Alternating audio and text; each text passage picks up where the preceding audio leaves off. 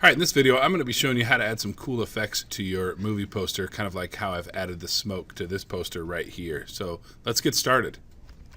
The first thing we're going to do is we're going to head over to brusheezy.com. That's BRUSHEEZY.com.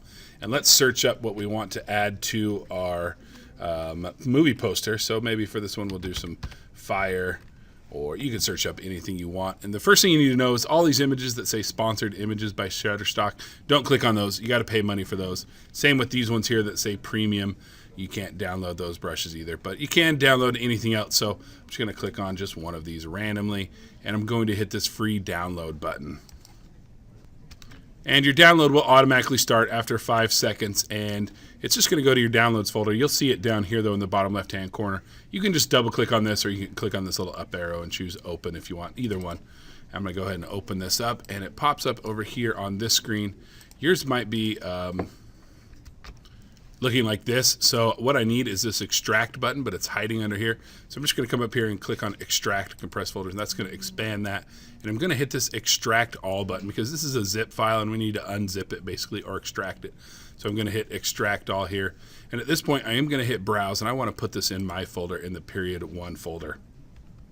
So at this point I've browsed to period 1 Johnson, Mr. Movie Poster. I'm going to go ahead and just save this in here, and then go ahead and hit extract. And you do want to have this box that says show extracted files when complete. You want to have that checked. So I'll hit extract, and it's going to get those out of the zip folder, and a new folder is going to pop up here when it's done. And there you go, it's done. It's now unzipped or extracted, and now all I need to do is get this file into Photoshop. So let me bring Photoshop up, and then also bring that folder up. And what I'm going to do is just click and drag this into Photoshop. If you have a file open or an image open, you need to, when you drag it in, drag it up to the top here, because if you do it down here, it thinks you're trying to put it in that image, but you're not. You want to just drag it up and drop it right there so you see that plus copy sign. If you don't have an image open, you can just drop it wherever. So I'm going to just drop that right there, and it's going to look like nothing happened. So don't keep doing it over and over. Something happened. You'll just have to trust me. So now click on your brush tool, and then click on this down arrow right here, not this one over here, but the one where we come in and choose like our size and our hardness. And if you scroll down to the very bottom, you should see your new Photoshop brushes. It should say fire or lightning or whatever it is you downloaded. And you can click on this little arrow to expand it. And you'll notice mine probably looks different than yours does. So come over here and click on this gear icon right here. Uncheck brush stroke, and it'll go away, so you'll have to do it again.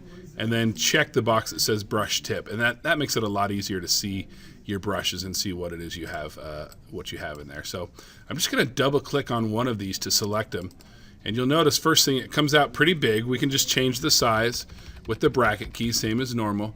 You'll also notice that I can't change the hardness or softness of it when I right click, though these brushes do not have a hard or soft setting. They're just all at 100% hardness, and that's okay too. So the next thing you need to know is that I want you to do all your brushing on its own layer, and there's a good reason why. So I'm going to add a new layer here, and I'm going to go ahead and let's set this to a color of, let's do like an orangish color and see what that looks like. I don't really know.